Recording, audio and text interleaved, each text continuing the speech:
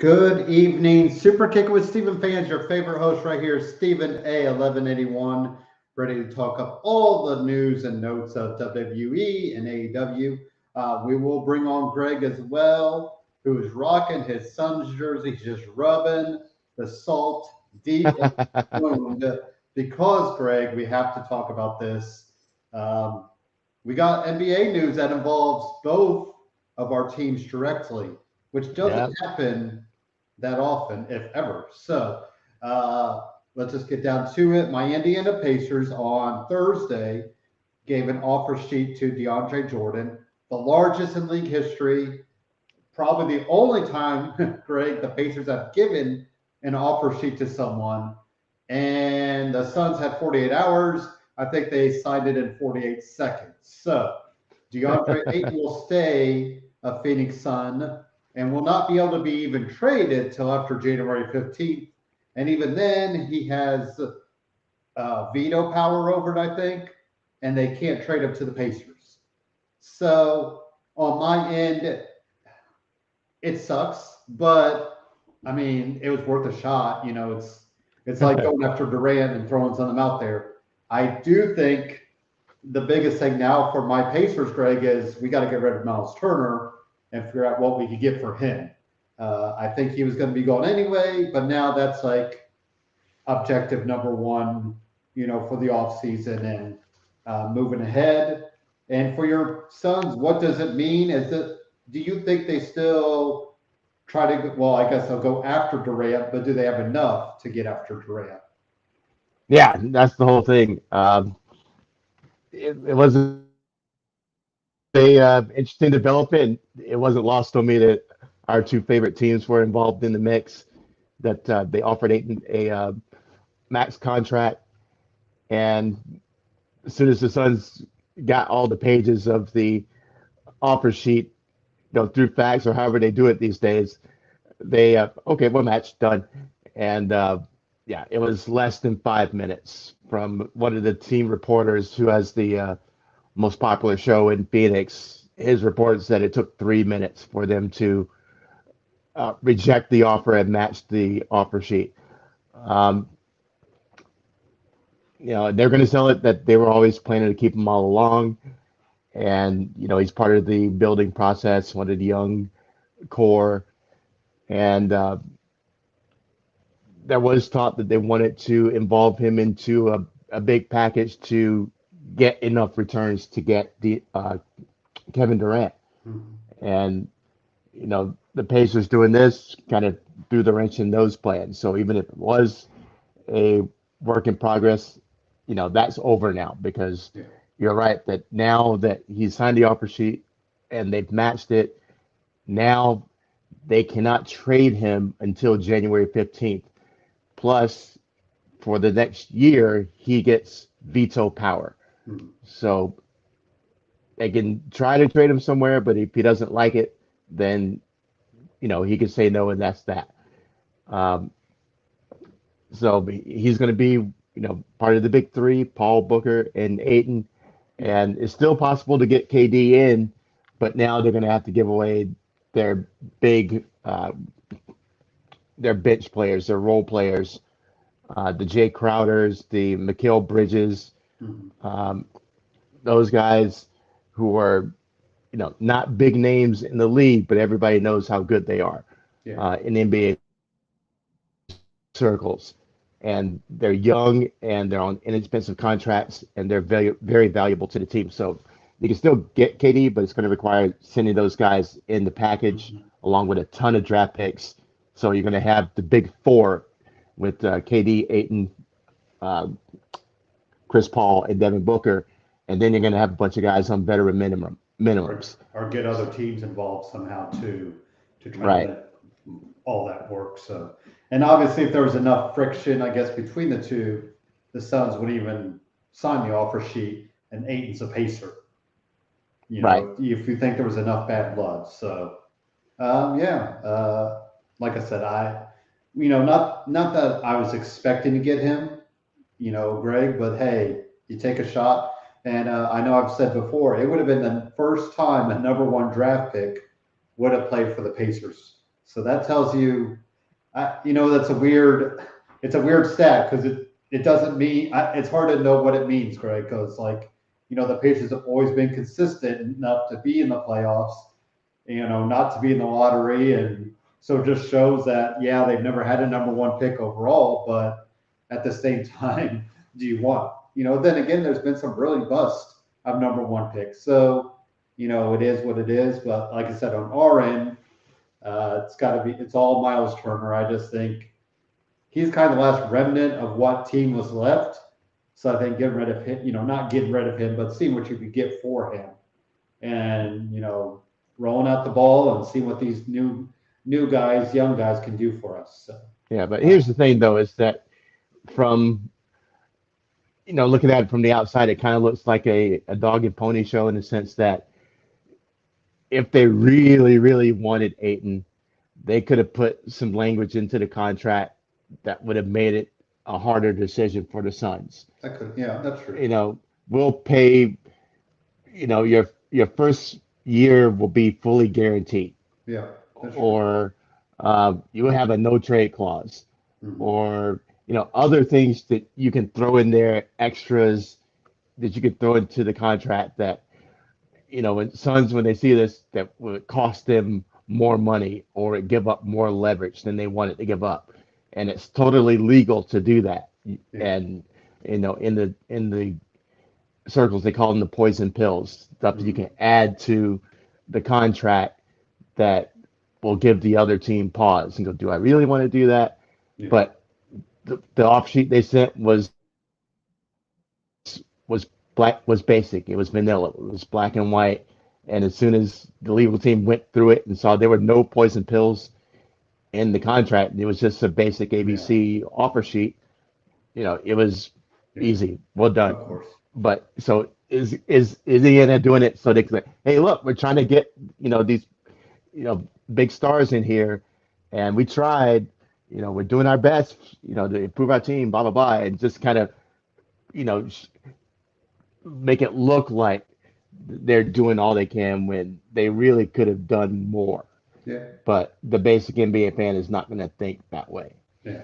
Because, especially if you see the words largest offer sheet in league history. That just, that to me, that's like, okay, well, you took a shot. So, but that's kind of the NBA news, Greg. But let's get into some of so this is the news that's going around now. This date apparently is not going to happen, but possibly going to TV 14. It's the whole thing, Greg. It doesn't matter unless there's changes to the actual product.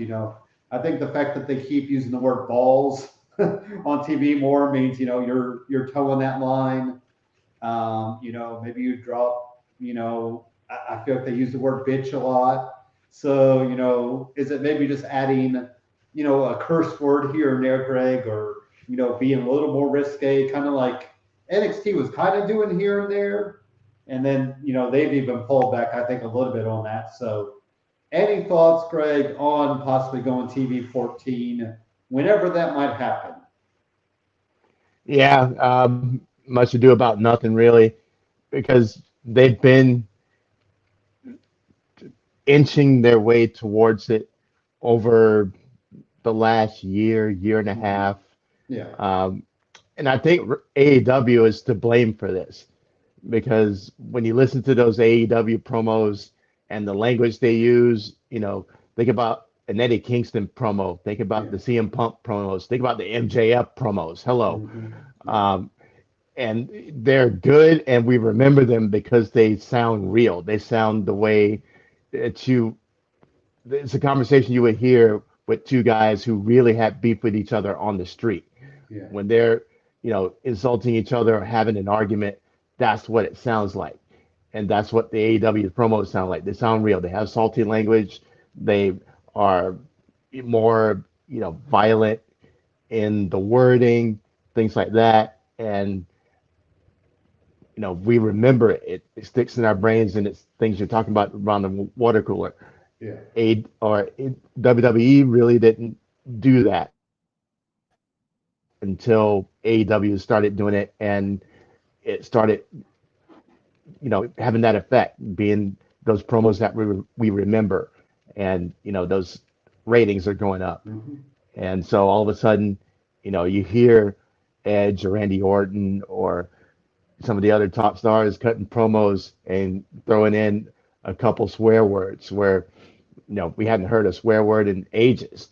Mhm. And so little by little, they're adding a little bit of it in there, and it's still not widespread. Not everybody's doing it. AEW, everybody's pretty much can say what you want to say, Yeah. but And I think that's I good. I don't think you want everybody doing it because then those ones that are strong enough will stand out. right. If everybody's doing it, then what's the point? So now, do you think any color shows up because of this? Like, that's always been talked about. They really steer away from blood, but if you're going to go TV 14, do you maybe, hit that here and there? Yeah, I would. I mean, I we mean, I all guess know it depends on the corporate sponsors too, and what they think, right?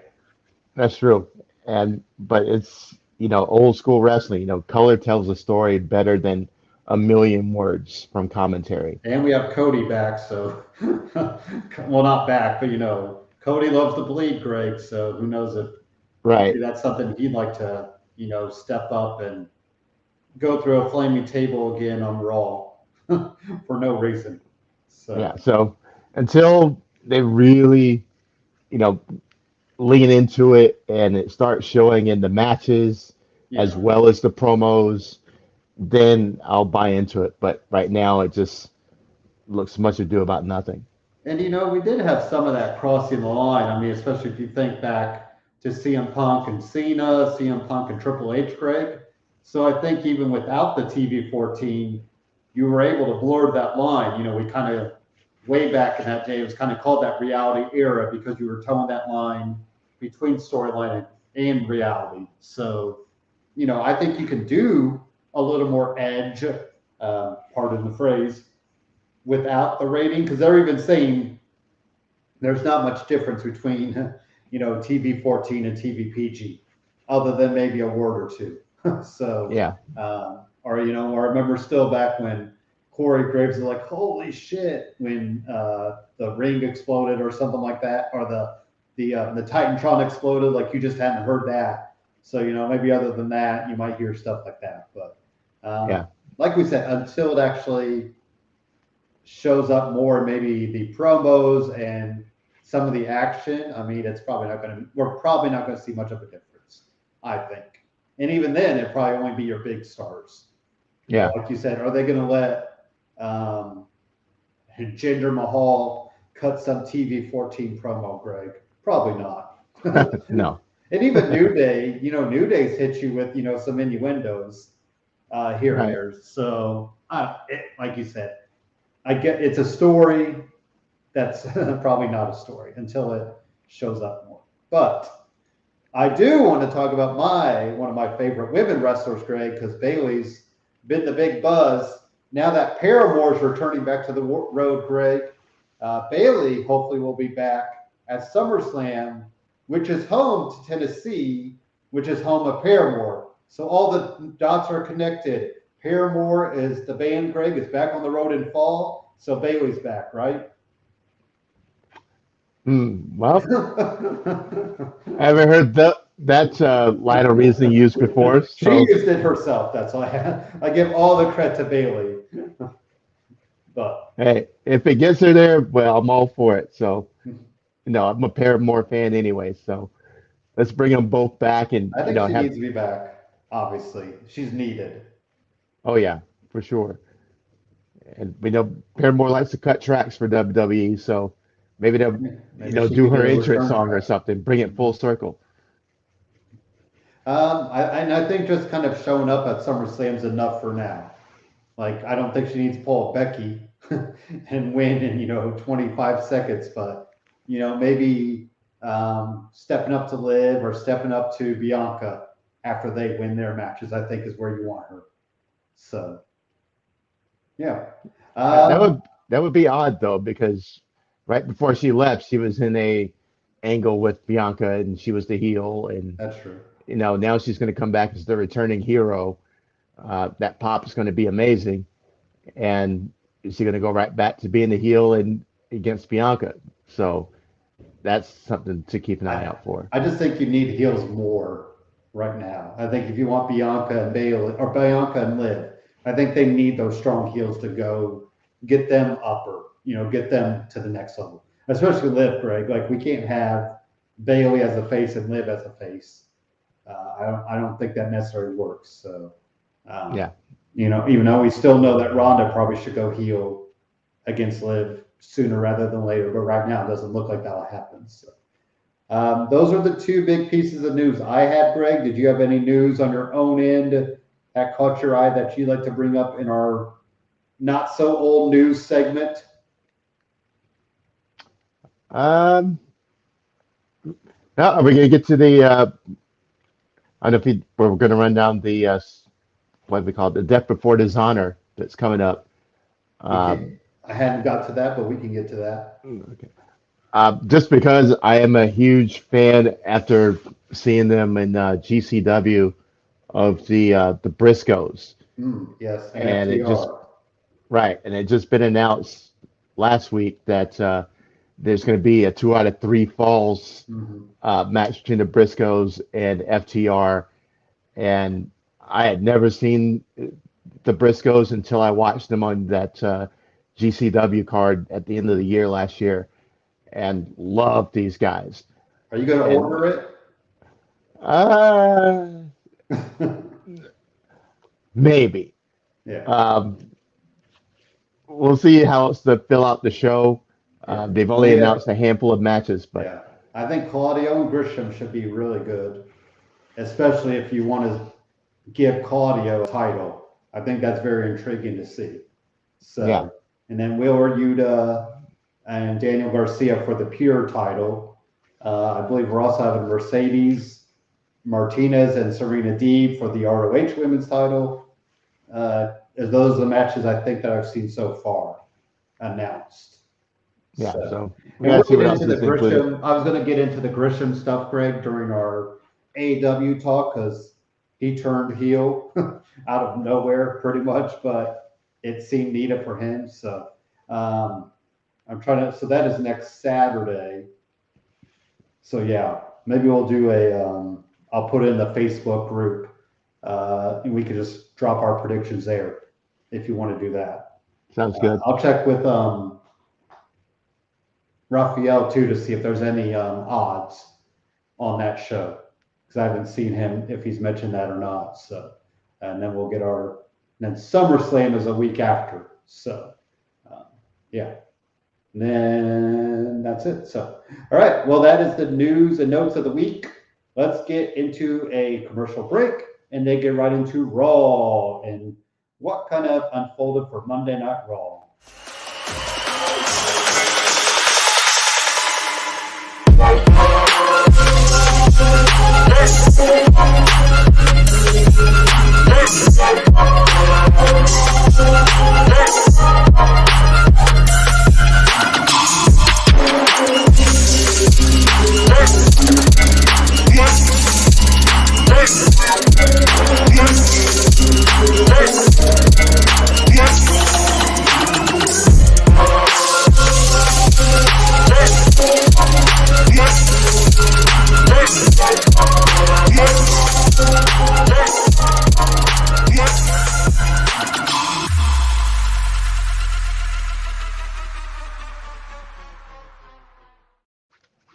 All right, there was quite a bit of little things I think happening for Raw.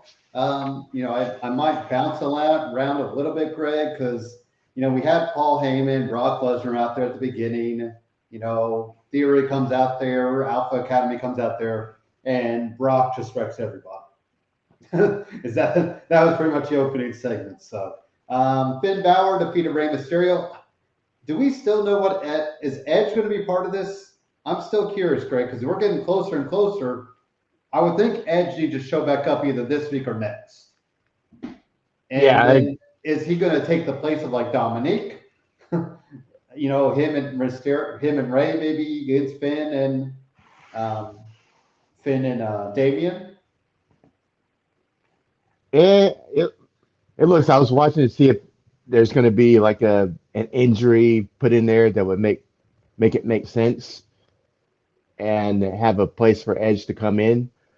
Uh, But so far and we they did haven't. it a little bit, but Ray had like a little knee thing happening for a Yeah, second, but they didn't really sell it like it was a bad injury. yeah. Um, So and if maybe Edge, Edge and Dom.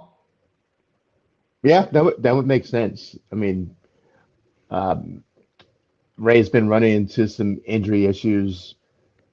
It seems like all year, Hmm. so it would be a better, in my mind, to have him come up and pair with Dom instead of have Ray go again. And even if he's not 100%, Yeah. and I doubt he is, but and overall his matches just look slower. Oh yeah. So Do you um, think they played up till SummerSlam, or do you think like next week? I think they're kind of building it as Rey Mysterio's 20th anniversary, so maybe Finn and Damian take him out there, and Ed shows up there. Or do you think we try to play this out till SummerSlam, and maybe say there's going to be a mystery tag team partner? well, I can see like it's just the Mysterios against Judgment Day, and then um, after the Mysterios take the L, Judgment Day is staying there and Edge getting their returns. legs in afterwards, and that Edge makes his big reappearance and Mhm. takes him out, and then the storyline starts from there. Yeah, that makes sense. Yeah, because right now it seems like you kind of force it if you're going to do Edge and Finn or Edge and Damian against. Becky Lynch demanded a Raw Women's Title match. You also had Carmella get a countout win because of Becky. So I don't think Asuka's involved in this now, Greg. I think it would just be Becky, Bianca, and Carmella. Is that where you're thinking it's going, or do we still find Asuka in there somewhere, or even Alexa? Like, do you think other women get involved yet? Yeah, I don't get it. Now it looks like Asuka's out and Carmella's in. Um, and I know that Asuka lost the no disqualification match against, or no holds Becky. barred match, whatever, Yeah. against Becky the other week. But she wasn't on TV last week, I don't think, and now Carmella is entered the mix, and nobody's talking about Asuka. So um, they still haven't figured out what to do here with the women's division at all, and it's just a big cluster. Um, it hasn't been very enjoyable for me, even with the title changes, things like that. Um, I don't know. It's why I'm hoping that that we get Vince out of power and get some more creative minds in there and get the women's division on track. But Yeah. it's just a hot mess right now. So it's just Well, kind of watch and probably. see what happens. Same Yeah. way you watch a car crash. Well, speaking of hot messes, The Miz, Logan Paul, Ciampa, AJ Styles, and Ezekiel, Greg. So we're just trying to get to Miz and Logan Paul, right? But we're not getting there yet. So I'm really confused on why you're having AJ Styles and Ezekiel teaming together. I mean, they beat The Miz and Ciampa by DQ. It's just all about The Miz and Logan Paul, right? I don't know why we're having all these other, I mean, I guess other than get them on TV, but they're not all going to be there at SummerSlam if the ultimate plan is Miz and Logan Paul. You're right. It's just the Island of Misfit Toys. There's nowhere else to put them, so they all get lumped in this, little piece of Play-Doh here, different colors, and nothing's making sense.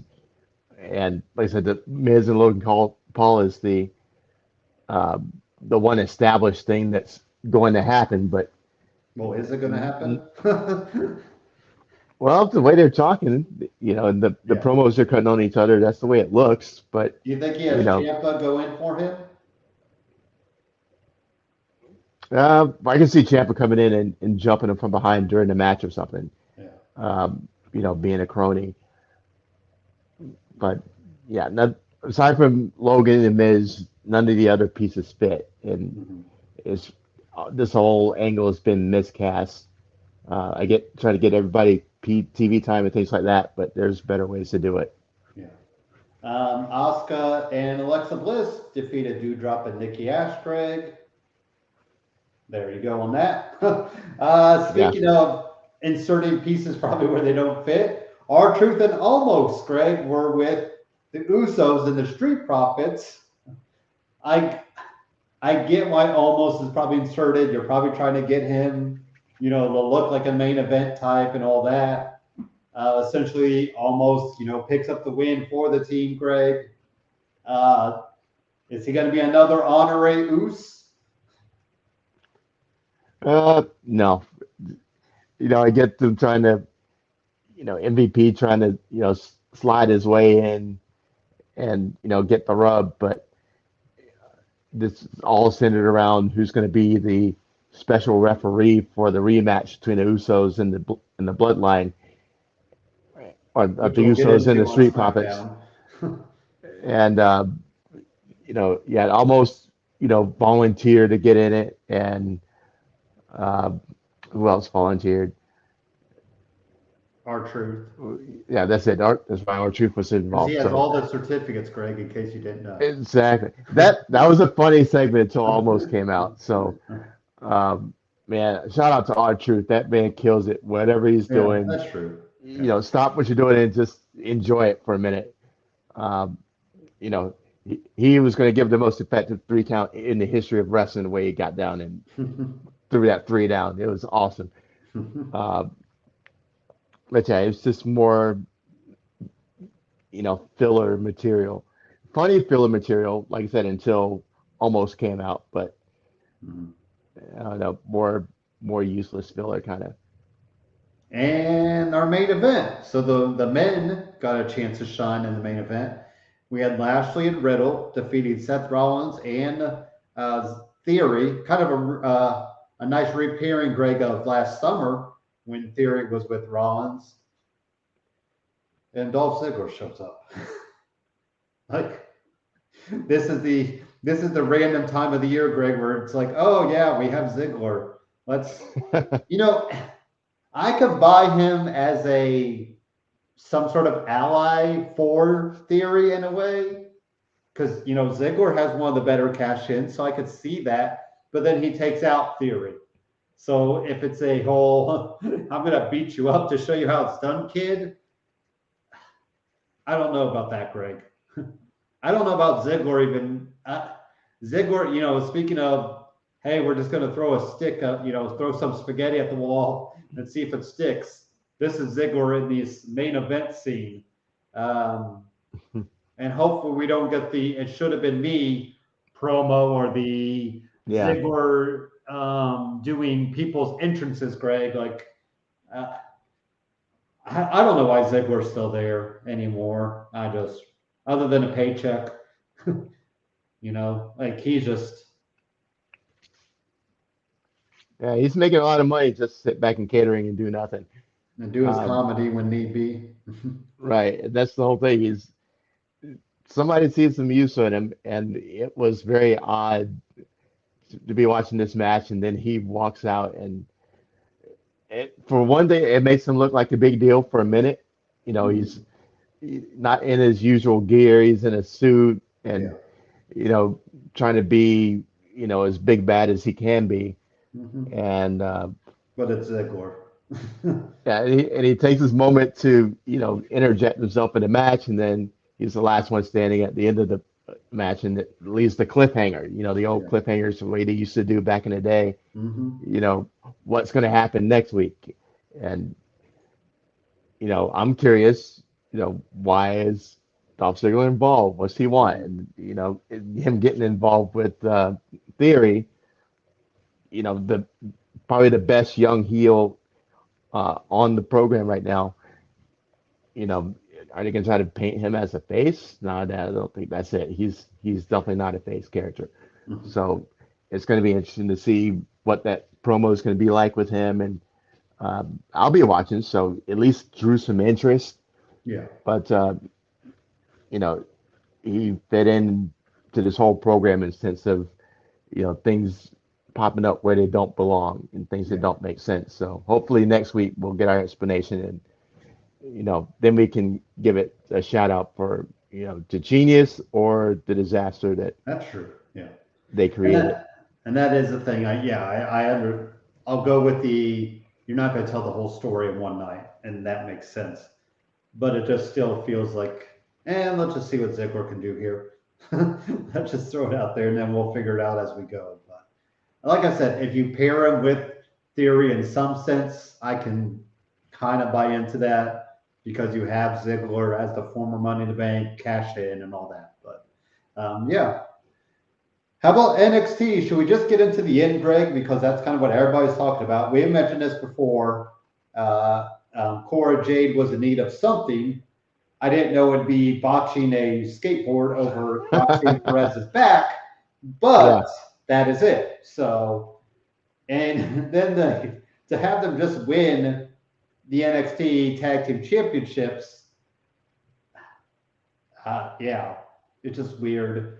But I think in the short term future, it could do well for Cora Jade to kind of get her something different. Maybe not have her this happy go lucky, and maybe Yeah. gets Roxanne more edge. You have maybe Rose Greg still killing it. So yeah, that's my kind of take on it. What is your own thoughts on Cora Jade turning on, and what happens with the NXT titles now? Do they still just kind of make them defend it, and maybe Cora just walks out on the match, or they throw some loopholes in there to try to make them keep working together? But what do you think about the Cora Jade turn, Greg? There's avenues they can go and what make it really interesting. Mm-hmm. Um, the best route, I think, would be to just go to another level with where they left it, with Cora getting more of her, dark side and showing that off, because like I said, the happy-go-lucky, skater girl does not work. Yeah. We're not into it, but if she goes heel and really does it all the way, okay, maybe we then have something. And then at the same time, having Roxanne um, shed her, Miss Nice Girl, Mm-hmm. um, and getting some edge to her, and having a not a wild side, but showing she has a Aggressive. vicious side into her, Yeah. aggressive, yeah. And those two have, that type of match, kind of a blood feud type of match. You got the storyline with them being best friends going back however many years or whatever, and now, it's turned to bad blood, and there's ways to sell it to make it look good, and then Mm-hmm. they can deliver on it. So that's the best avenue to do with them. And then as far as the belts go, um, they would be best to, vacate them or have one sabotage the other and lose it on purpose. So, and if you're gonna do that, Cora would make more sense to, Yeah. to do the deed. Okay. So Did they go right back to toxic attraction? Because there's really nobody else that makes Drew, sense. I can see some lame kind of four-team tournament or a battle royal, not a battle royal, but a Fatal four way. four-team, Yeah. exactly. Maybe Caden and Chance and Toxic. Who else do we have? That's it's it's slim pickings. Yeah, I don't even know if there is two other teams. We could throw Winnie Chu in with somebody, Yeah. and Trick Tip or Tiffany Stratton and somebody, and then you Yeah. got four teams, and That's true. then Toxic Attraction will go ahead and win it again.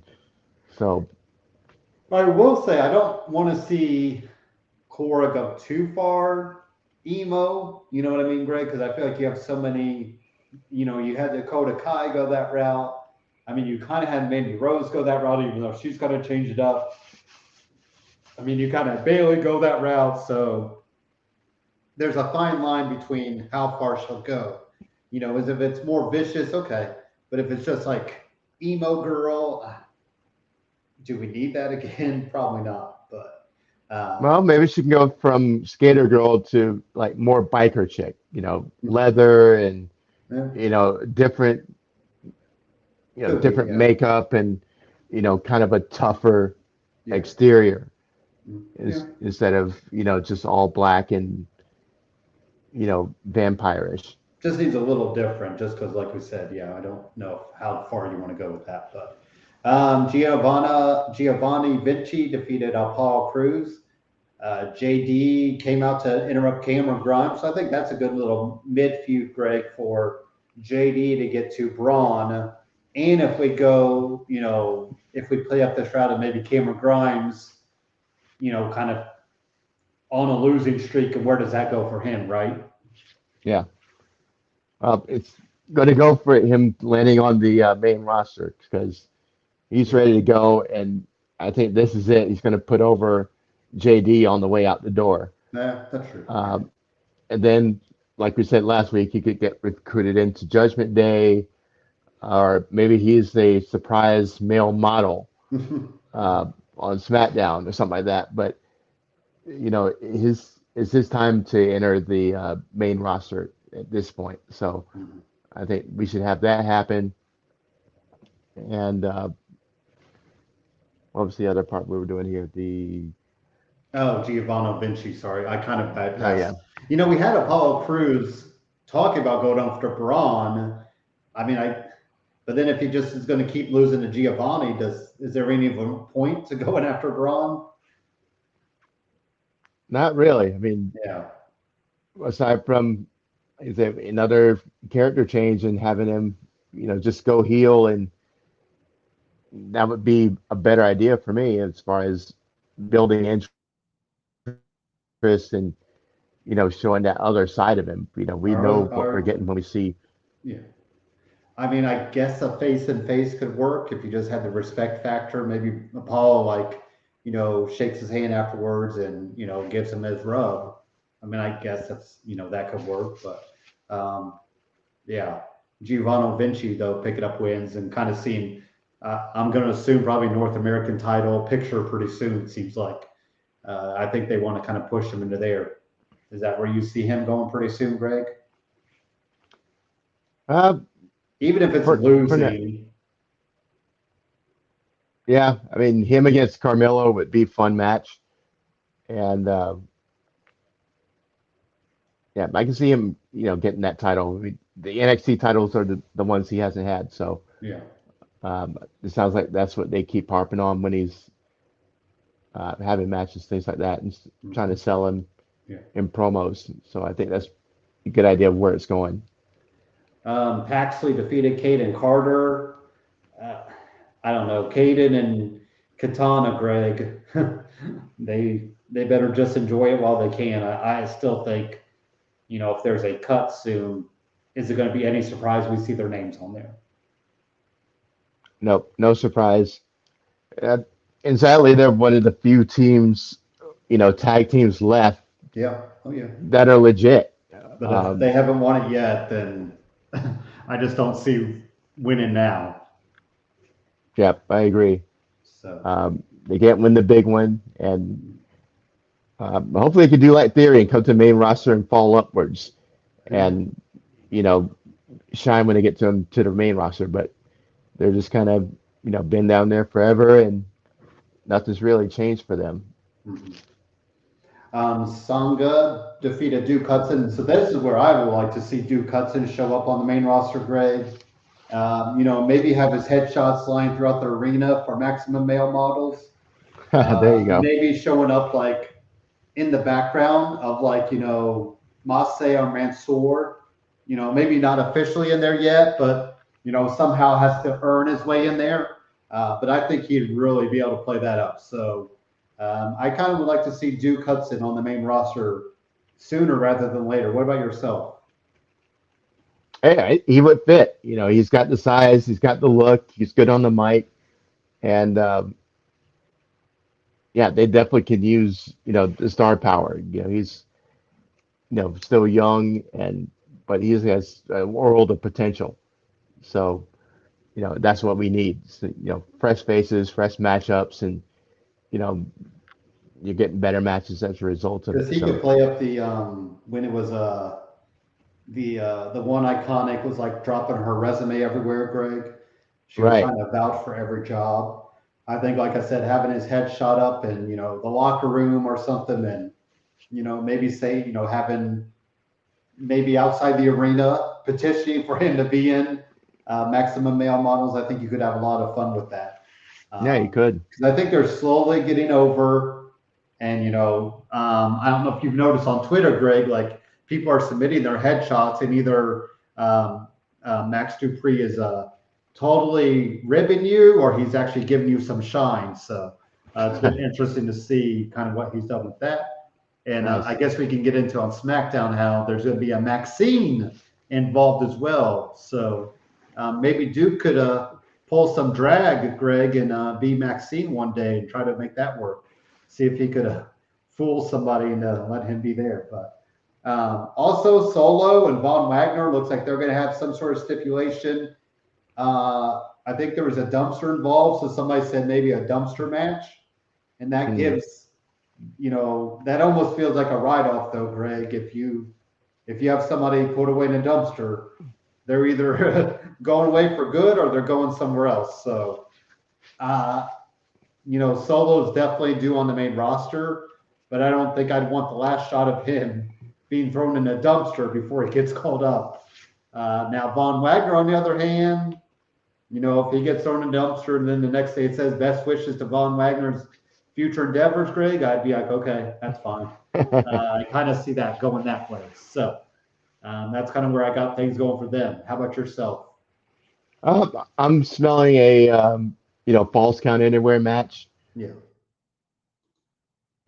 and that being the big blow off to the rivalry, and right before the week before SummerSlam happens, and there's your barrier to entry as far as how he gets introduced, and a surprise member of the bloodline that screws up the finish for Brock and Roman. So it would be an interesting, cool way to go off the air and have that Brock and Roman match end a different way. And that would be the ending we're all talking about. So I hope that's it. I mean, it looks like the timing, for this happening is just right now. Indy Hartwell picked up a big win over Lash Legend. Kind of surprised Indy Hartwell might pick up some wins, Greg. I thought she might be kind of on that gatekeeper role and putting over people, right? Yeah, but she's snapped a couple wins so far, and she's somebody who needs to just come up on the main roster. Also, she's been around a while, and they're filtering out the old guard, and even though she's still one of the weird, few remnants. Yeah, I was gonna say she's that weird in between. I feel like not quite black and gold, but not quite 2.0. So that but maybe she could be the new Maxine. Maybe if you played off a week and but and then Tony D'Angelo and Stacks picked up a win. Two Dimes showed up on AEW Dark, Greg. So and Parker Bordeaux, the former Harlan. So looks like those two guys found a home already. Well, possibly. We'll see if they do anything on AEW Dynamite or Rampage. But do we think there's a third member for the family showing up anytime soon? Is there any more Dons we have out there that we can give to D'Angelo, Greg? No, there always is. I mean, it's a vague enough role that you can just pop anybody into it anytime you want. So, the next guy up who's ready, to step out of the PC and onto live TV, boom, there's a spot right there. You give him a Jersey Shore nickname, and boom, he's ready. So it's a plug and play that's ready made. So And should I we can get the definitely see it. dyad revealed pretty soon? I feel like, right? Because I Yeah, I felt think they like said next week. Joe Gacy's starting to, so that should be interesting to see who they are. Because that's very intriguing because I don't know who. It's one of those weird things, it could be like the beginning of NXT 2.0 grade. They just throw two guys out there that we have no idea who they are. But Right. and then Mandy Rose, like I said, defeated Roxanne. I can maybe see Indy getting a couple of shots at Mandy Rose. At least that gives her something before getting called up, Craig. Because there's really nobody else right now that you feel like is up there. So Nah, I don't know. Nikita Lyons is back, yeah, so that's she true. doesn't have anything to do. Yeah. And I think she's the chosen one. So she is going to be the one to take the title off Mandy, and there's a reason they haven't. Two reasons why. Exactly. Or three reasons why. There's a But good reason that they haven't crossed she's an paths really asset. yet. Exactly. A big asset. Oh, Nikita. All right. SmackDown. Let's just get into the end of this, Greg. Because Jeff Jarrett is a special guest referee. I can't even say it with a straight face. There's no way he's the official referee, right? It's got to be Sammy. Like Sammy has to play a part in this. It's funny here because full disclosure is I did not get to see SmackDown, and so I'm riding your coattails on this one. Oh, okay. I was curious to see who's going to be the guy who's going to be the referee. So Jeff Jarrett, there's a blast from the past. He's just been everywhere, like GCW, um, not AEW, but just showing up randomly. So, I mean, but Sami Zayn has to Yeah, involve himself, right? Maybe he is but announced as a special enforcer. Did Jarrett cut a promo? No, he was just announced. Ah, Like, okay. I mean, people are like, "Well, it's in Nashville." I was like, "Okay." I'm sorry. The first thing I think of Nashville is not Jeff Jarrett. Like, Right. I mean, Charity King Lawler would have made more sense. well, now he is Memphis. I'll give you that. I'll give him that, Greg. He's True. Memphis. Okay, it's not. Yeah, you're right. Yeah. Um, I mean, it is funny to think though that like Sheamus, Drew, and Miro all live in Nashville, Tennessee. Like who? I'm sure they all live by each other too, because that's got to be. Is that the League of Nations? Maybe they just have a little League of Nations neighborhood, Greg. Yeah, maybe that's it. That would be fun. So, They can afford to do it, so oh, I I'm don't see why not. sure. Yeah, but yeah, I still think. I mean, I think Jarrett is the referee, but I still think Sami Zayn is something. He probably does the count. Like maybe Jarrett gets taken out, randomly, and then you have Sami Zayn take off his shirt, and there's a referee shirt underneath, and boom, you have, maybe that helps Sami Zayn become an official member of the Bloodline for a short time. Yeah, but if Sammy's the referee, it looks like the fix is in. Yeah. So Oh, so then Jeff you'd almost Jarrett have would to make have Street Profits win. right. Um, Well, that's why I think so Jared is the this red herring, like the decoy. Like it looks like it can be down the middle, but then you have Sammy, have to involve himself. right.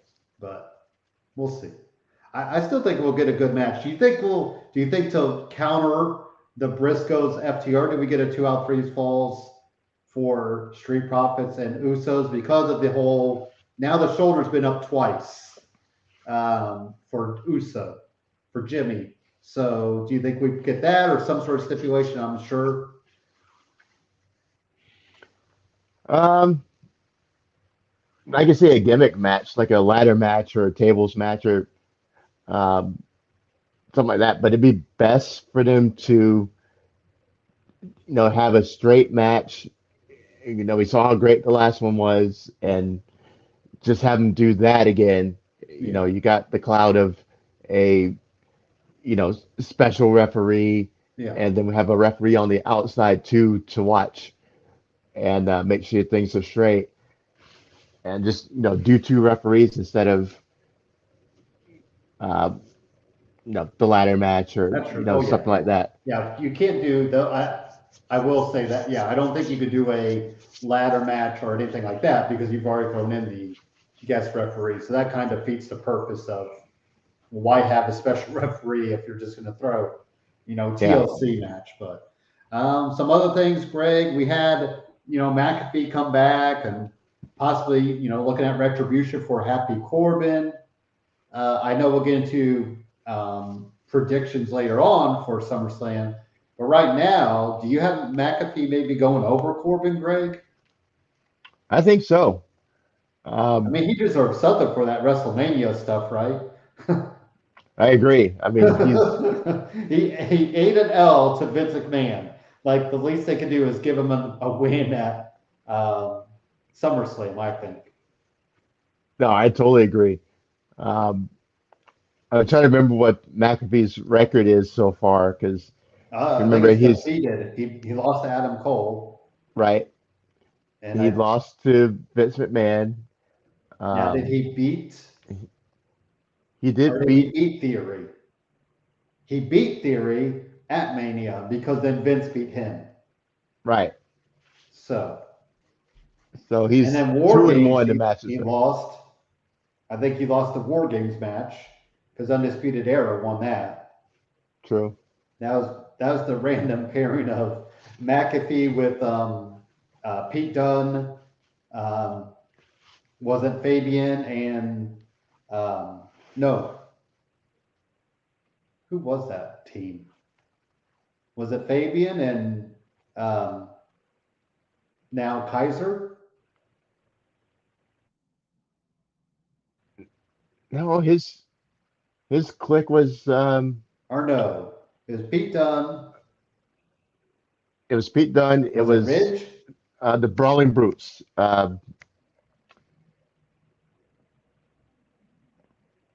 Can't remember. It was I We're can't remember not what his name was in it. The Brawling Brutes, but Sheamus. Ridge Holland. Ridge Holland, and it's McAfee, Ridge Holland, and Pete Dunne. Oh, never mind. Danny Burch and Oni Lorcan. Yeah. Okay. So yeah, he's won one match because he beat Austin Theory, lost to McMahon, lost to Adam Cole, and lost to Undisputed Era at War Games. Yeah, so he's 1 for 4. So the Adam Cole match was at NXT Takeover 30. Yeah, and that was a banger of a match too. So yes, I was thinking Dominic Mysterio had his first match at SummerSlam, so that's where I got confused on that. Oh, Big Ben is back in the chat. Thank you, Big Ben, for being here. Glad you're still liking the videos. We've been shouting you out when we can, and glad to see you back. Sorry you've been busy. We've been here, so just keep joining us, and we'll keep in touch about what's going on. Danny Burch and Oni Lorcan. Man, those are two names. yeah. Oni Lorcan was doing something for, was it GCW maybe? I don't remember where. I think he's just I don't think Danny Burch has been anywhere. But all right. That wasn't SmackDown. Liv Morgan defeated Natalia. We're going to get Ronda and Liv face-to-face next week. Ronda's got to turn heel, right? Or be heel-ish.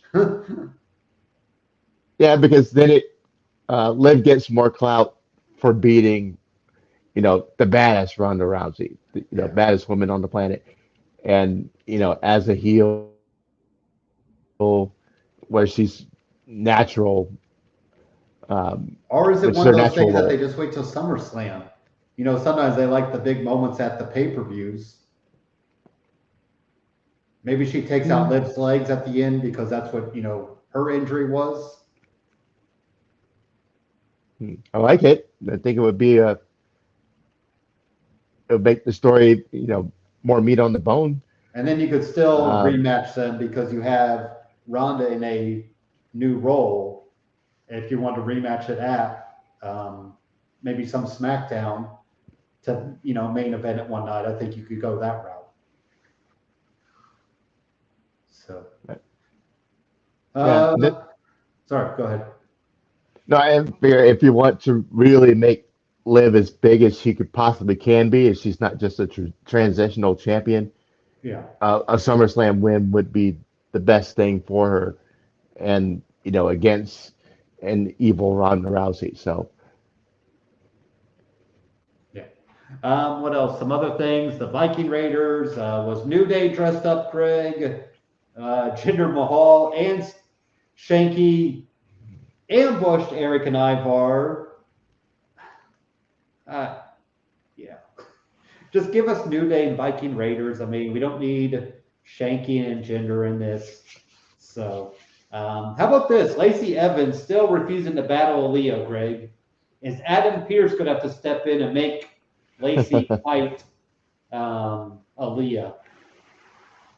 And does Lacey need to almost change up her look a little bit? Maybe not necessarily the Southern Belle, but does this look of the, almost like a Lita Light work for her? Or, does Lacey need kind of a change of look to kind of, go with what she's going with? She did tell the people to go to hell. And that's what she said it, just like that, Greg. Because, that makes such a difference if I'm told to go to hell in a slow, menacing pace. Well, maybe it should be the new Kane, and this is a sign. She can dress up in a mask. Yeah, if this is what we're doing, then yeah, she needs to pivot away from the military, marine, camouflage, whole aspect of it. That way, that story goes out of sight, out of mind a lot quicker. Yeah. Like I say, you don't have to go back to the Southern Belle, but something more contemporary and, a departure from, what she's doing now to, put us in a different mindset, because as long as she's coming out to, a military, cadence and playing up the military angle Yeah. and, dissing on the fans is not going to work. And you're defeating your purpose. Yeah. So, ditch the whole military thing, go a different way. When you really come back as a face and people are into it, then you can lean back into the roots and the upbringing, the military stuff. But it's going to take a while though. So, yeah. Drew defeated Ridge Holland. We're probably just going to get Sheamus and Drew at SummerSlam, Greg, for that #1 contender match, right? Yeah, this is the best thing to do. Their story's been decent, not great. But you still want both guys involved against Roman, right? True. And see, I keep still them in the mix. I still think you just need Drew and Roman, but Sheamus does give you that out if you have Drew pin Sheamus, and then Roman is still not pinned. So you probably need it to be a three-way if you're going to pull a title change. So, and then Heyman was kind of involved with Theory and Madcap Moss. You know what, Greg? I kind of like the idea of maybe Madcap and Paul Heyman. Maybe not as a heel per se, but taking him under his tutelage somehow. I don't know how that worked, but Madcap probably needs something more, right, to kind of get that next step. Yeah, I agree. I just don't know. It won't work now serviceable because you have Heyman so involved with, unless you had it completely separate. I mean, you could probably have Heyman used in that regard. I think if they never involved the two lines. Yeah, Heyman can always refer to him as his new client or something like that. And you can still keep Madcap as a face in a way. Right. But Um, it'd be interesting to see. But do you think Matt Cap needs something more, Greg? yeah, he's okay on the mic, but he's nothing to write home about. And Yeah. having an effective mouthpiece to put him over is only going to help him. Hmm. So I'd be all about to having Heyman, be that mouthpiece for him. Because once you get that Paul Heyman rub, you're automatically put into a higher level. Yeah. So, Yeah. and if they Unless you're want to, Curtis Axel or Ryback. true. Other than that, Well, in theory, it's supposed to get him on that higher level. sorry, had to bring up those two names because it's still hard to believe Ryback was a Heyman guy. And even that. I won't get into that, but anyways, we do have a question from Big Ben though, and I'll kind of leave it here because we were just talking about theory. We've mentioned this a few times, Greg. So he does say, "Do the guys think John Cena comes back and takes on Theory at a pay-per-view?" I want it to happen. I think there's just too much there with the whole. Never mind. Not now. There was when you had Theory as a U.S. champion. You had that idea. Does it still work now? I guess you could still make it work now because you still have Theory as a John Cena-esque person. You have him kind of cocky because you had John Cena kind of step up and be that cocky, Doctor of Thugonomics eventually, Greg. The True. prototype wasn't that at first, but then they didn't. I mean, even John Cena brings it up that until he was able to cut that Halloween, promo on Stephanie McMahon, he's out. He doesn't know what would happen. But so do you think John Cena takes on Theory at a pay-per-view? At SummerSlam, no. Not At SummerSlam, no. A pay-per-view. a pay-per-view, yes. Sure. Because I agree that Theory does remind me of young John Cena, Mr. Doctor of Thugonomics. Mm. And instead of rapping, he's using his phone and taking selfies. So it's the same But that would fit obnoxious, today's culture. right? So it just pivoted with the times. It's still obnoxious and self-serving, and um, back then John Cena was, more widely booed, and people were, Mm-hmm. um, off the whole the rapping thing for a long time before they started catching He on was to the it. So acclaimed before the acclaimed. right. and So and he had better rhyme. He had some better licks though at people, I think. yeah, he did. He had some good bars. So when And he some got of the over lines, wrestling wise. The acclaimed still, it's like they have, their entrance and then that's it. They don't have anything else. right. But Some of the lines that he got off on wrestlers were classic. So yeah, and to go after Stephanie McMahon, at that Halloween party, I mean, like I said, and he said, Greg, that was his, it better work or who knows where he goes. So, right. Big Ben also has another tidbit of information, Greg. True story, his neighbor dated Paul Heyman in the early 90s after she broke up with Triple H.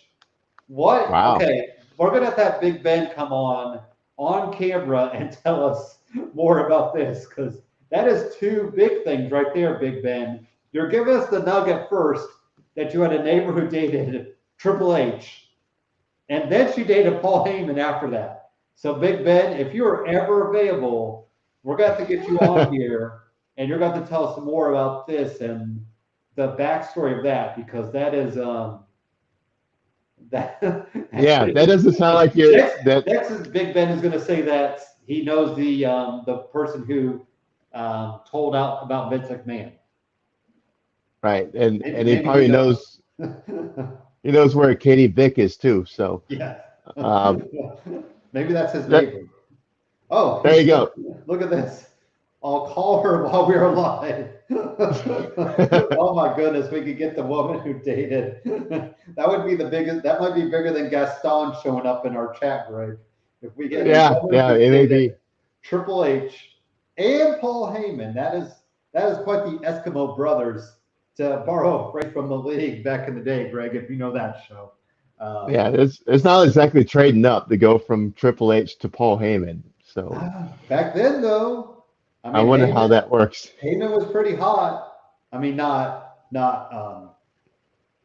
physically, but you got to think about ECW back in the '90s. I mean, Yeah. but then again, Triple H was on his peak too. So this neighbor. Now, Big Ben, did this neighbor have a side job of working late nights and possibly on a street corner? Because that's I might be reading too much into her job, Greg, but it makes me wonder what kind of, or she worked at a gym. Like there's, oh wait, let's see what this says. Oh, okay. He was nothing like he is now. Okay. All right. Yes, Big Ben. We're gonna need to. Oh, she worked for WWF. Uh-oh. She might have had a run in with this. All right. Yes, Big Ben. This might have blown my mind more than when Bray Wyatt was. Let go, Greg. Sorry. I'm really going off the rails with this. And a house promotion. Okay. All right. Yes, Big Ben. We're going to need to be in touch with this woman and get some. This might be its own episode. This might be Superkickin it after dark. Yeah, there you go. We need some more facts on this right here. We're gonna need our fact checkers on this, Big Ben. And on this note, I think we need a quick commercial break because this is throwing me off the rails with this story. I mean, I've ran into some hijacking of my podcast, Greg. This might be the best one yet. So we're going to screen grab this or something to really share this. But let's first get Elite Performance for all your elite needs, and then we'll get back into AEW talk. And maybe our last call will hit on more of what Big Ben. Oh, we'll see what he can do. Yes, you need to get us in touch with this mystery woman because that could be our cliffhanger for the end of this episode. There we go.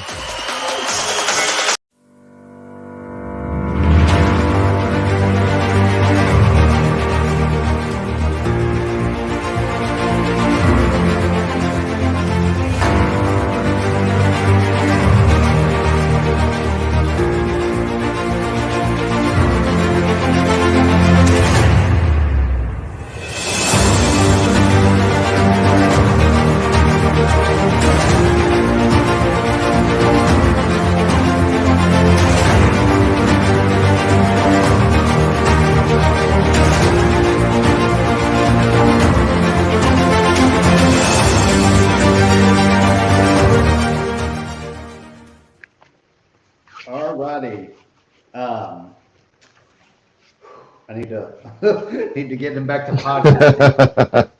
We had AEW happen, Greg. Should we just get into the big news there? Sure. Strickland and Lee are new tag team champions.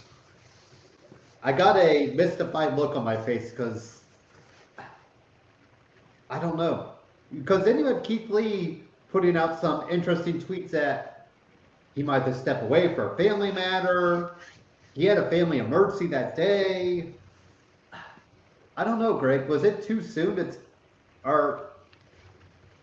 have at it? I don't know where I'm going. I don't know where to go with this. I was surprised. That's all. That's where I was.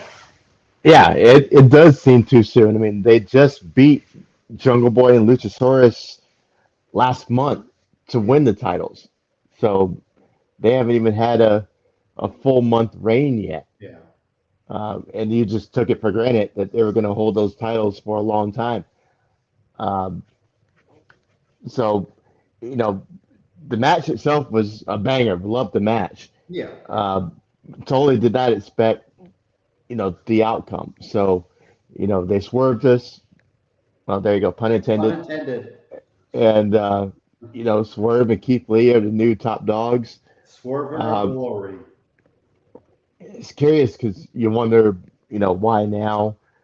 Unlike WWE, there's a litany of tag teams waiting in line to get their shot. And, maybe with Keith Lee and Swerve that there'll be more interesting matches. Maybe they'll play hot potato with the title belts for a little bit. I mean, does Stark Uh, and Hobbs take it off then down the road? it's possible. Um, Because Starks and Hobbs need something eventually too, right?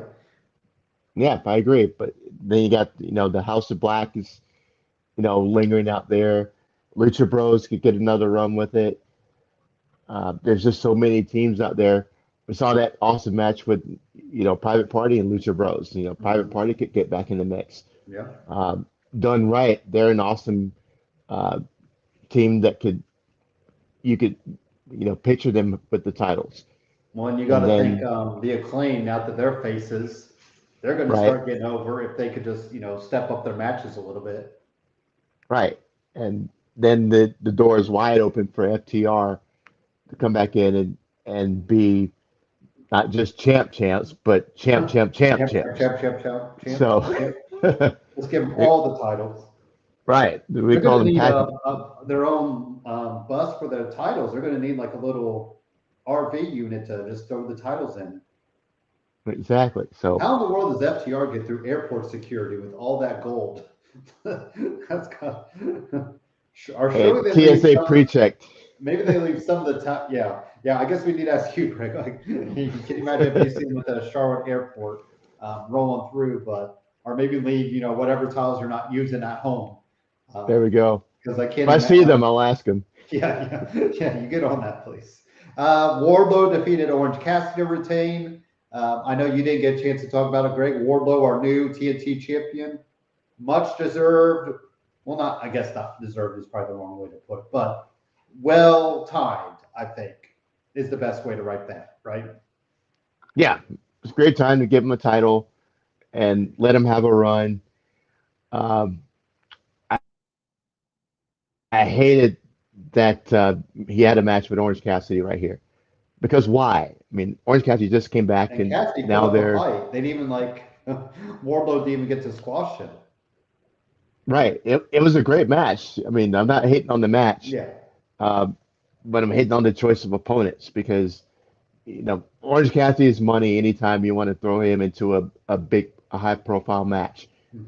But it doesn't make sense that you're going to throw them into a match against each other with no story, no build, no, you give it 2 weeks worth of promotion and you get a higher rating because it's Orange Cassidy. He's one of the most over guys in the company. And, you give him an angle worth working with and, Mhm. you got yourself something. You could throw anybody in there against Wardlow for his first Yeah. title defense and it'll be great. So I hate it that it was Orange Cassidy, especially since, he's just back and you need to, give him some juice, give him a run, and put him in there against a heel Mhm.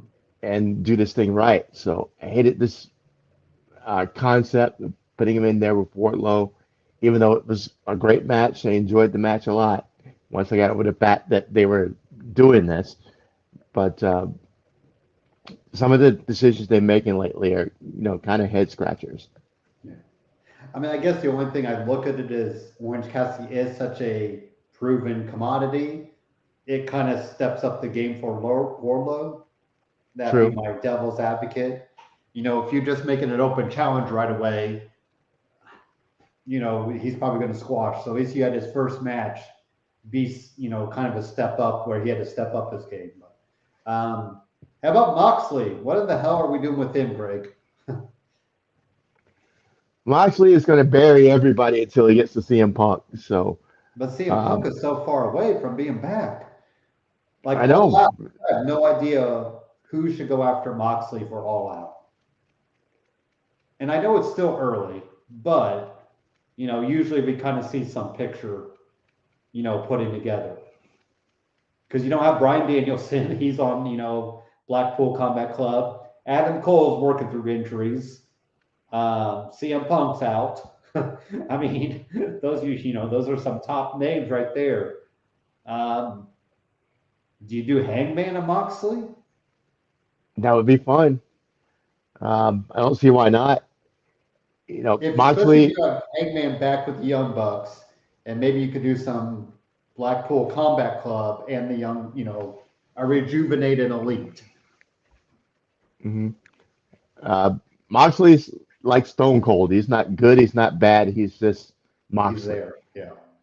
And so you can put him against anybody on either side of the fence, heel or face, and you're going to have that drama, that contentiousness, no matter who's opposite him.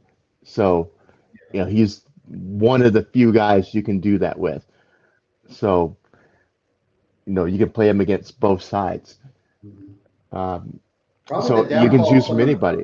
I was going to say the downfall of so many people in factions as well, Greg. It just feels like it's hard to sometimes single out a guy because we just see them in, like that Malachi Black. Like we just see him in so many tag matches and trios matches. Not often does he have a singles match. I mean, that could be a name as well. I mean, Malachi Black could start picking up some singles wins and get in there. But true. How about the Christian stuff lately? Are you buying it, or does it feel so forced? Like I feel like they're just like, hey, just go out there and say the most offensive stuff you can. And coming from Christian, I just don't buy it. Yeah. Last point about Moxley. Oh, sorry. Yeah, I kind of let that hang. Is the forbidden door still open? Yeah, and true. And if it is, if Okada walks through, could you have a one-on-one there? Yeah, that's true. Right. So White. I mean, you could still throw Jay White there. Right, and then, like I said, if you have a run with Okada and really get him some exposure, yeah, and let us see why he's the greatest thing going in Japan. Mm-hmm. So I would be down for that because we've seen that one match and he didn't really do much in it. So. Mm-hmm. Make us believers. Yeah. So there's that. Sorry. As far as the Christian thing goes, I am interested with Christian, and I haven't been interested with anything Christian's done in a long time. I just don't like him. He just, he seems like a jerk and an a-hole, and I think if you met him in real life, he'd be the same. And he's actually not. I met him once, Greg. I did a meet and greet with him, and he seemed pretty down to earth. Well, he was paid to be nice to you. Probably. So. Well, then again, nobody was around him too. So, I mean, he didn't have anything else to do. But true. Like you said, I think in the fact that he's always been second fiddle. He's the Jannetty of Edge and Christian. Right. Like Matt and Jeff Hardy.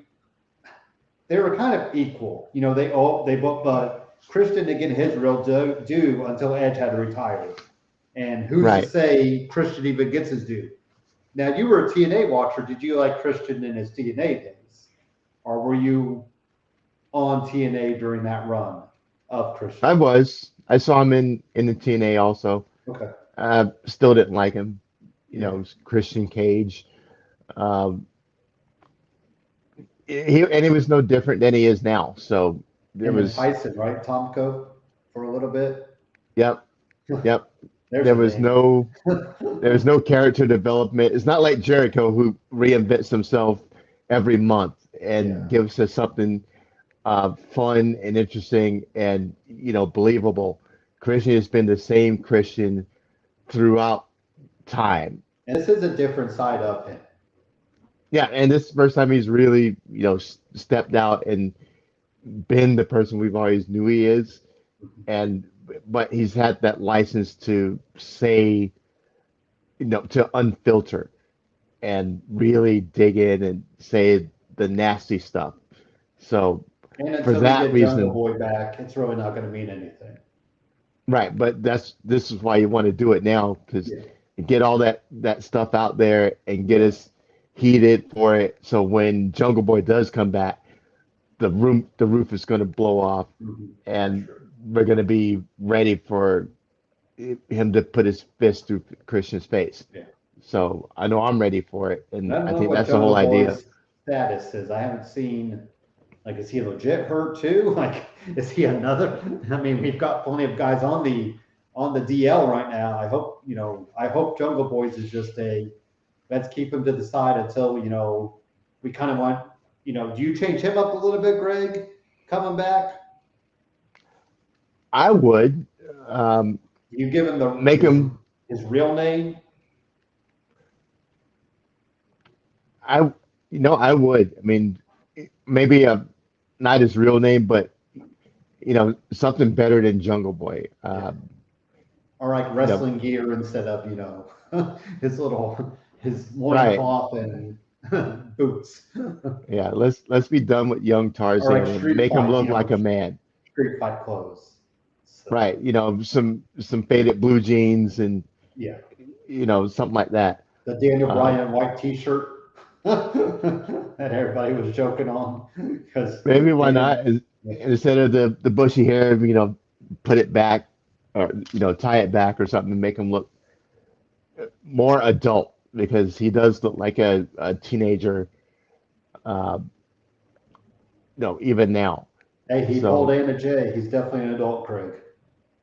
Hey. He's no fault in there. I guess I do buy Christian in the sense that he has Luchasaurus doing his bidding, and how long will that last?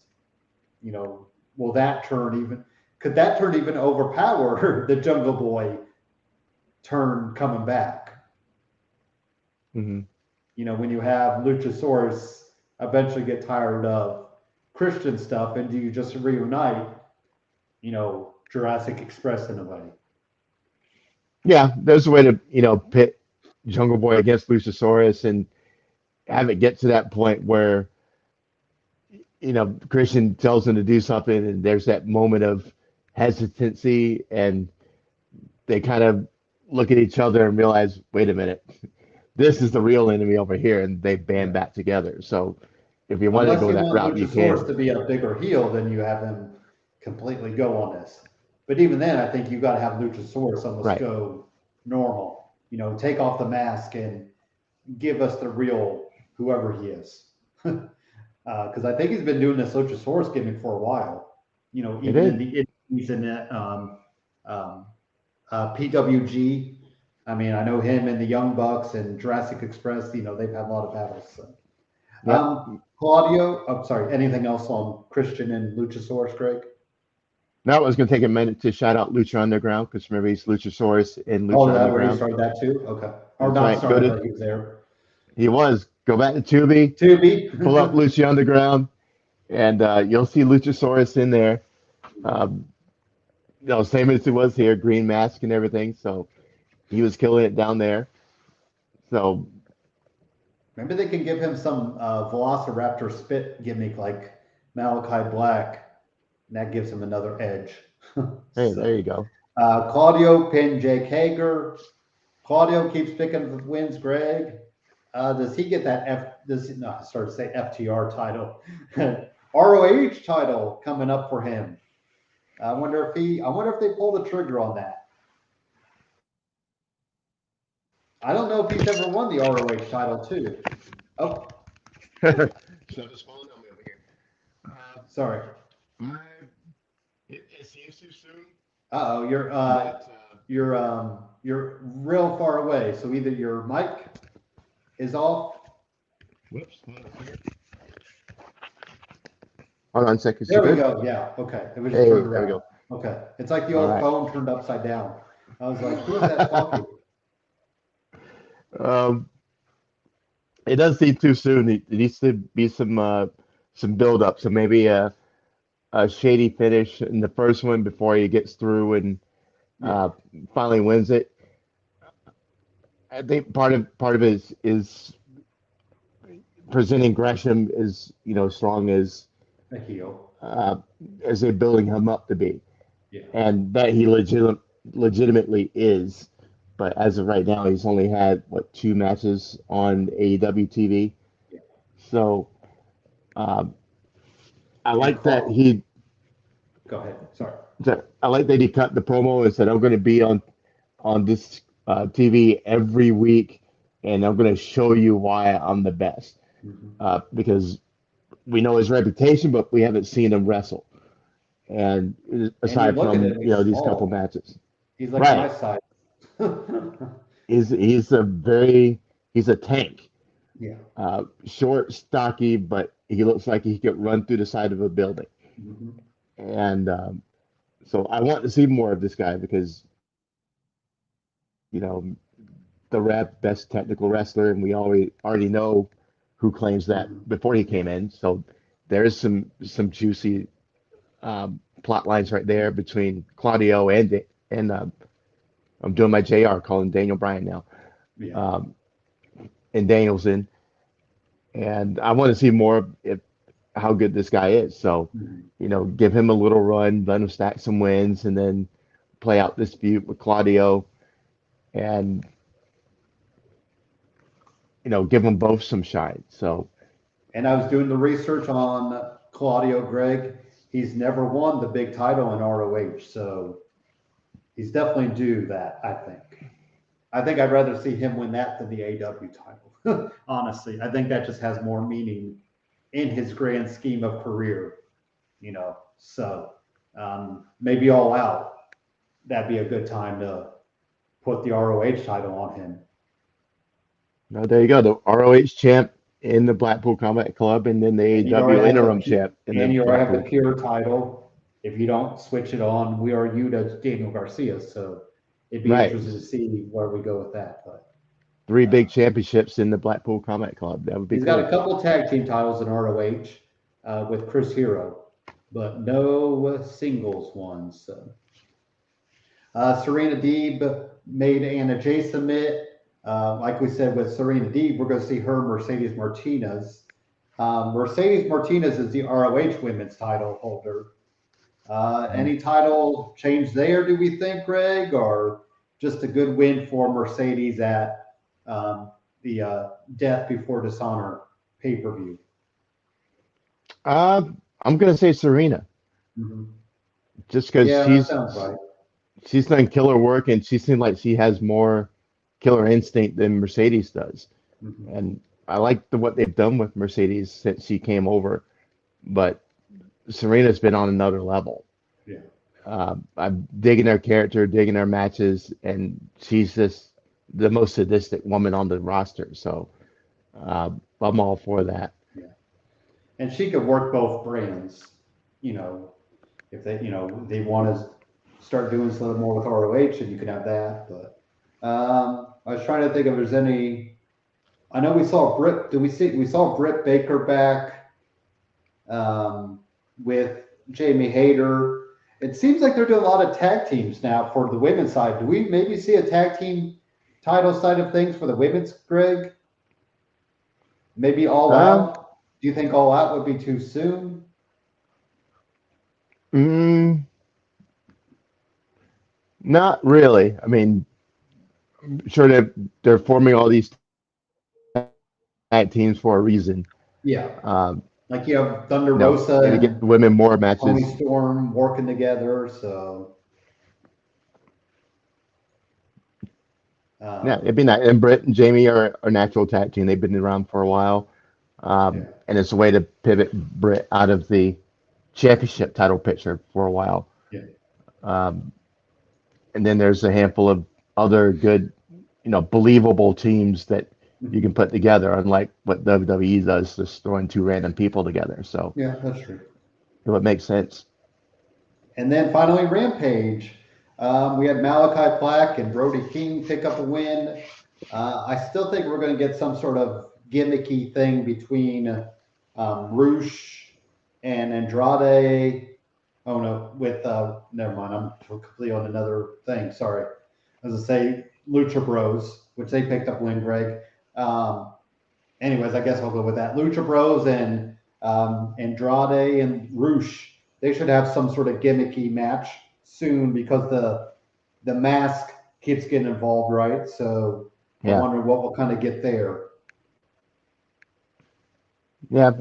There's a, ladder match or mask on a pole or, something like that, some type of gimmick match in the offing. So, um, Do you make Andrade and Roosh put on a mask? Can you have a reverse match where you have to make them wear a mask if they lose? We've never gone that route. We always have I'm going to lose my mask, but yeah. So Well, there you go. It'd be a first.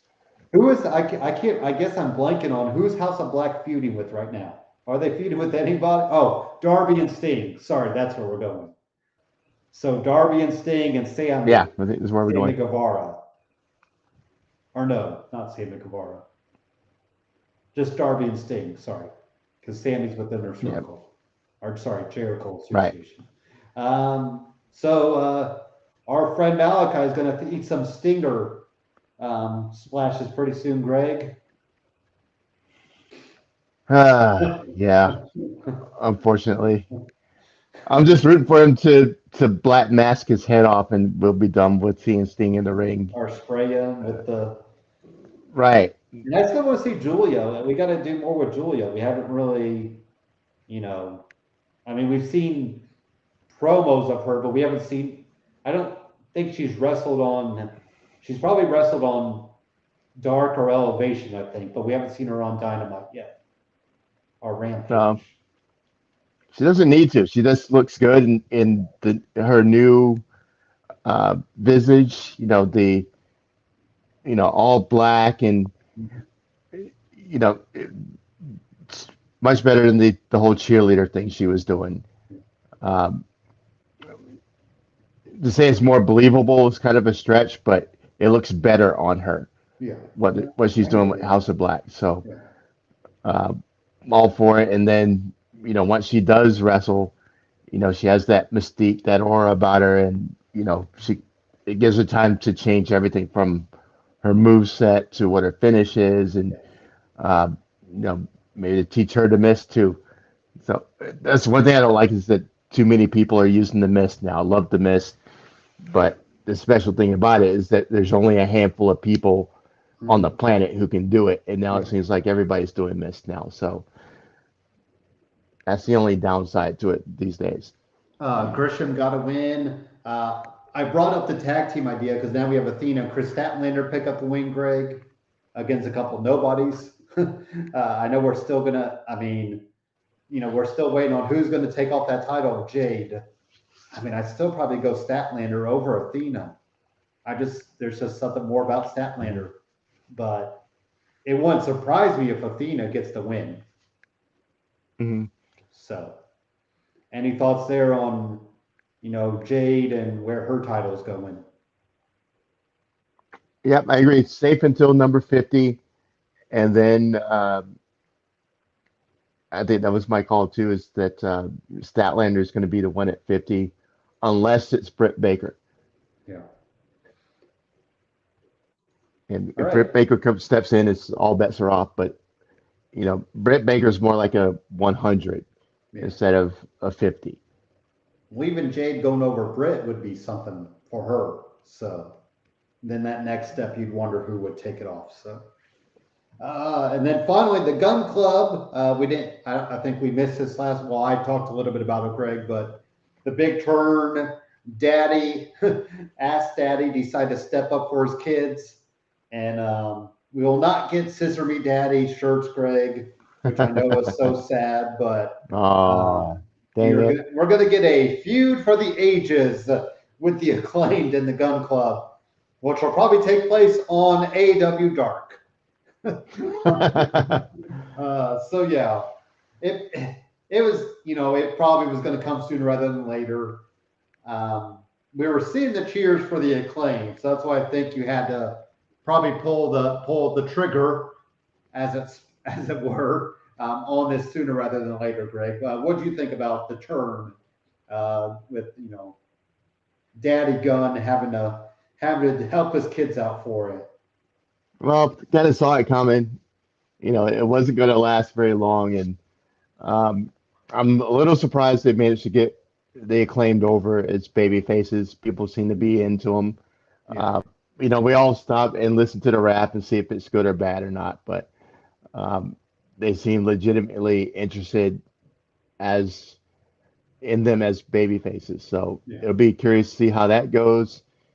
And, it's going to be a little fun rivalry to start pay-per-view cards and stuff like that. So Nothing big, but it's another little side quest, and it could be fun.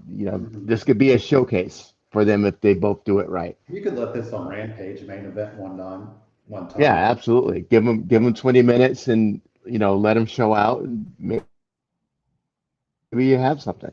Yeah. So, all right, one more commercial break, and then we'll get to our last call. I think I got a SummerSlam question to throw at you, Greg, and then whatever you got on your end. So let's get some realty talk, and then we'll wrap up the show. What's up, everybody? It's your boy Dan over at BWSPORTS1.com and Black and White Sports. And I'm wondering if you're ready to buy or sell that home, now's the time, and I got just the person for you. Mr. Sean Nugent, a.k.a. Rockstar Realtor himself. 317-503-8322. Put that home on the market. Get into your dream home with this man. Talk to Sean at Talk to Tucker today, 317-503-8322, and make sure you tell him the boys over at BWSports1.com sent you. All righty, I think my last call, Greg, is who in your mind is Mr. SummerSlam? Some names thrown out there are Edge. He's returned at SummerSlam. He's had some big matches there. TLC one, I believe, was at SummerSlam. Brock Lesnar. I think Brock is hard to argue at SummerSlam. I mean, he's had some big matches there. The CM Punk was there. Mhm. I think he beat. Did he beat Taker there? He might have beat Taker. They had the weird draw thing, but he beat The Rock for his first title there. He just always has a great match there. Bret Hart's another name for SummerSlam. Trying to think of who else. I mean, The Rock. I feel like The Rock was always good at SummerSlam, but for me, Greg, it's got to be Brock. I feel like Brock always has a showcase match. Brock decimated Cena at the that's kind of where Suplex City That's true. started. Remember, he just, squashed Yeah, that. exactly. Yeah. So for my mind, it's got to be Brock is mine, Mr. SummerSlam. Do you have your own Mr. or we could do Mrs. because Charlotte, on the other hand, I feel like always shows out at SummerSlam. So you could kind of throw her name at SummerSlam as well. So who is your Mr. SummerSlam, Greg? No, we're unanimous on this one. Brock is my pick. I'm Team Brock anyway, but you're right. It's that he's had his most classic matches at SummerSlam, and matches we still remember today. Suplex City began at SummerSlam, and just big matches, big moments, and matches that still hold up today when you watch them. So. It's got to be Brock, even though there's. Seth is a runner-up in my mind, Greg, now that I think about it. Because Seth, beat John Cena as well for both titles. Remember when they had the winner-take-all match? That was one of the first times we saw a winner-take-all.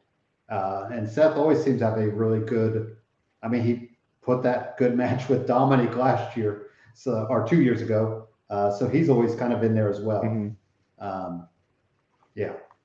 And of course, Orton, he could take the pleasure of cashing in on Daniel Bryan, which kind of really kicked off the Yes movement, Greg.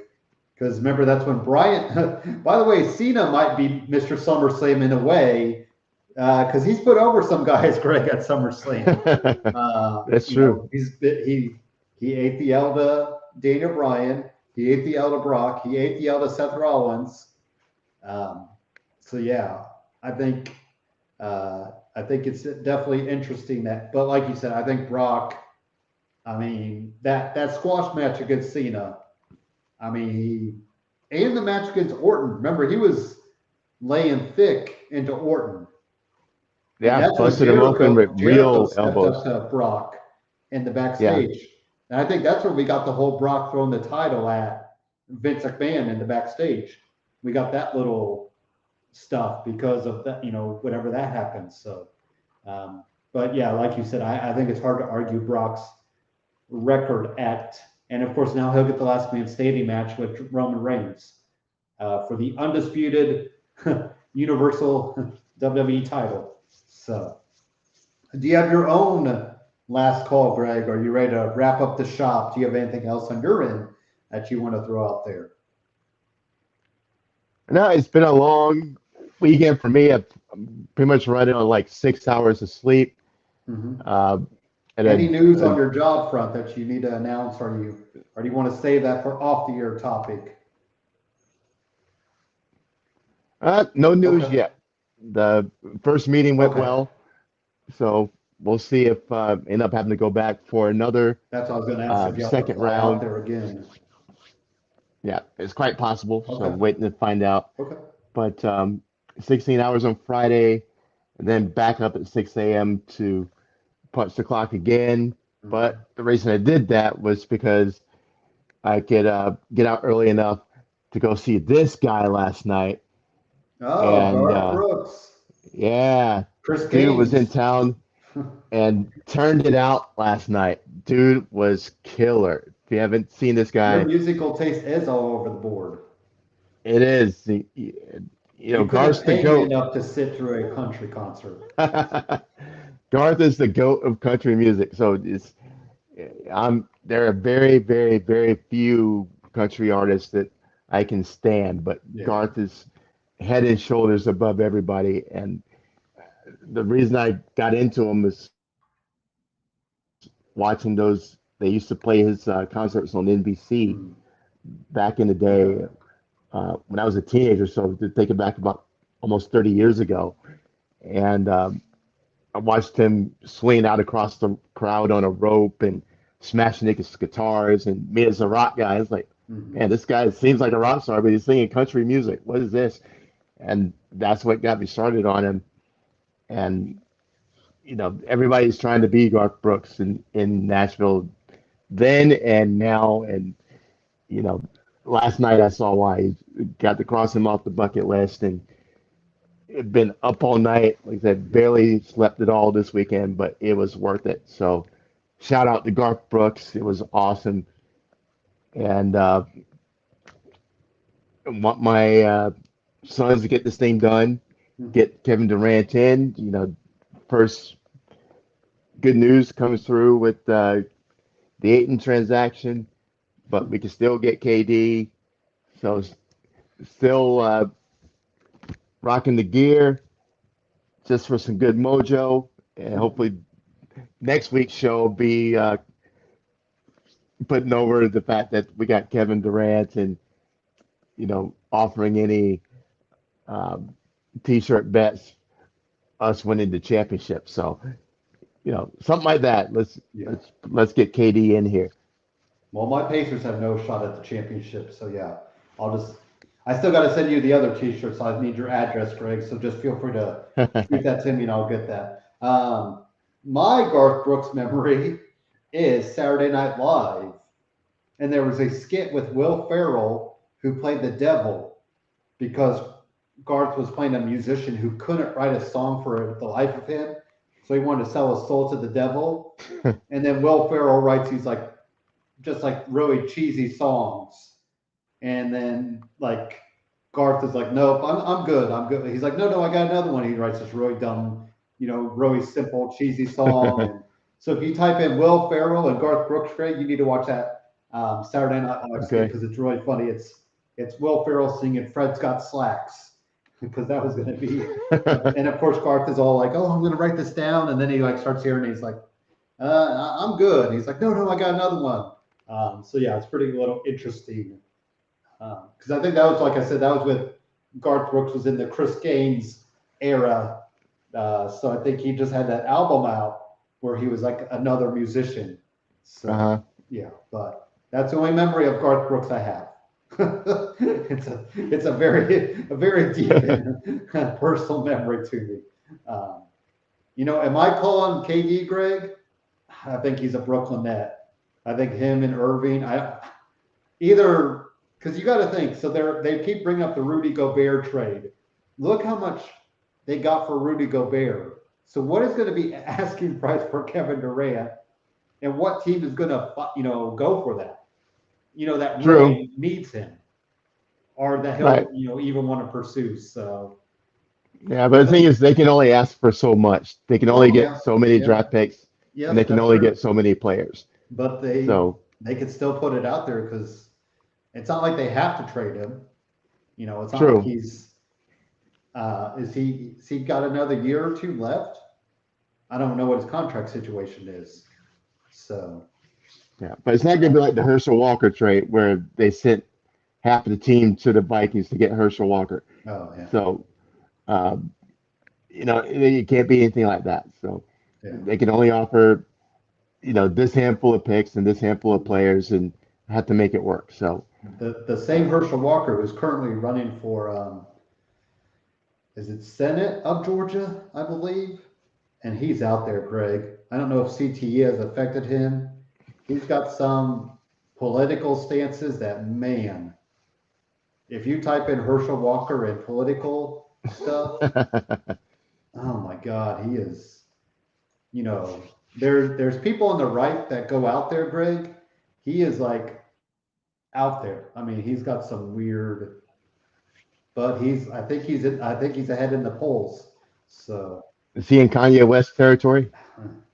he's probably out. Yeah. I mean, he's, like I said, either too many hits to the head or something, but yeah. I should be interested to kind of see, because I was like, oh, Herschel Walker. I'm like, man, that name sounds familiar. I was like, oh, that's the former football player. Well, wasn't he? He won the Heisman too, I think, didn't he? Yeah, At Georgia or Alabama? I believe Georgia. Okay, that's probably why he's at Georgia. So, yeah, and played on the Eagles, right, for a little bit or not? No, it was the Cowboy, and the Cowboys. Cowboys Okay. traded him to the Vikings for Okay. like 12 players. Okay. Okay. So like a third of their roster I'm ended thinking up of winning someone that else trade. on the Eagles that was a big running back in the day. But anyways, so all right. Well, that is the show today. I guess next week we'll talk up death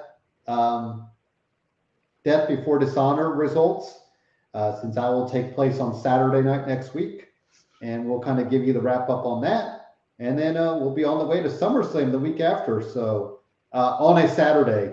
So we'll have to shift our schedule to Saturday, Greg, if you can, and give you some kickoff show, the kickoff before the kickoff. We'll talk to WWE and make sure that they get us on the Peacock network so we can give them There we that. go. But enjoy the night, enjoy the week, and we'll keep an eye on where your Suns go if they get KD and see where that's headed. So enjoy the evening and enjoy the weekend, and yeah, have a good night. Talk to you guys later.